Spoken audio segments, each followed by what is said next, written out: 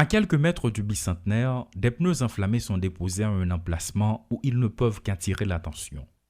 La fumée noire brouille la vision et provoque la toux, l'air est irrespirable.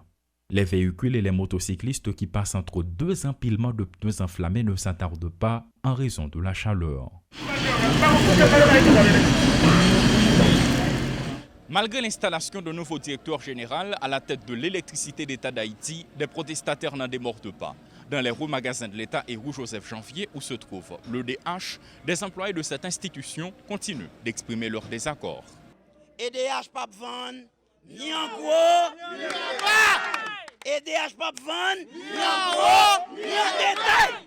Au sein de l'institution, rien ne fonctionne depuis la désignation de Michel Présumé en tant que nouveau directeur. Ce dernier n'est pas crédible, jugent les contestataires.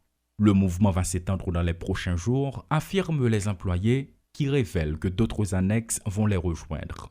De plus, ils menacent de saboter le réseau électrique si le pouvoir en place ne revient pas sur sa décision. EDH tout l'autre côté pour le camper. Parce que nous voyons que un message par le président. Tant pris et tiré arrêté présidentiel là pour nommer un autre directeur général pour nous. C'est une technique liée. Bon, je ne veux pas qu'on est comme si pendant ce temps, employé EDH, café, pays, il n'y a pas jamais de courant pour la vie. Il n'y a pas comme ça. Toutes les entrées du bâtiment de l'EDH sont presque inaccessibles.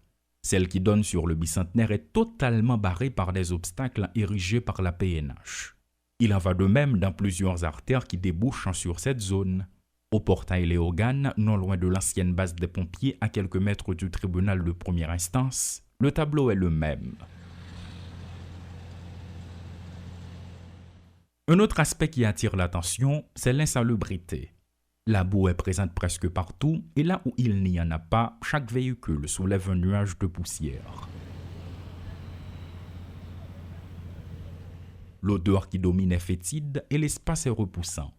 Quelques passants sont remarqués, mais rien ne prouve que la vie reprenne son cours.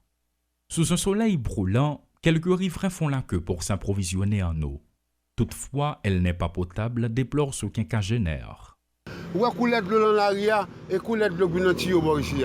Ouais, mais regardez, ouais, tout le monde qui prend de l'eau là, pour nous voir qui ça gagne, c'est imménier. La piste pour une malade, je vois dire c'est l'autre bagage, mais ça n'a pas besoin d'arriver là. Non seulement pas baili, les restes baili, ils viennent sentir, ils viennent tout nouer. En ce qui concerne les institutions, elles fonctionnent dans un climat d'inquiétude. Les employés sont peu nombreux, tout est bouclé, tout le monde paraît pressé. Il semble qu'à n'importe quel moment, des groupes armés peuvent débarquer, en témoigne cet homme. Pourquoi nous avons passé plusieurs mois dans le problème entre tracas, humiliation, mais plus gros problème nous, c'est gens ouais. Les activités n'ont toujours pas repris dans la zone du bicentenaire. Des barrages érigés par les agents de la PNH en vue de tenter de reprendre le contrôle de la situation sont toujours présents malgré les revendications des riverains qui exigent leur déplacement. Un calme est apparemment constaté, mais ce qu'il faut retenir, c'est que jusqu'à présent, la peur s'installe et de nombreux citoyens qui travaillent dans des institutions qui se trouvent au bicentenaire ont exprimé sous le couvert de l'anonymat leurs inquiétudes. Paul Léel et Rudolph Pierre-Louis pour Télémétropole.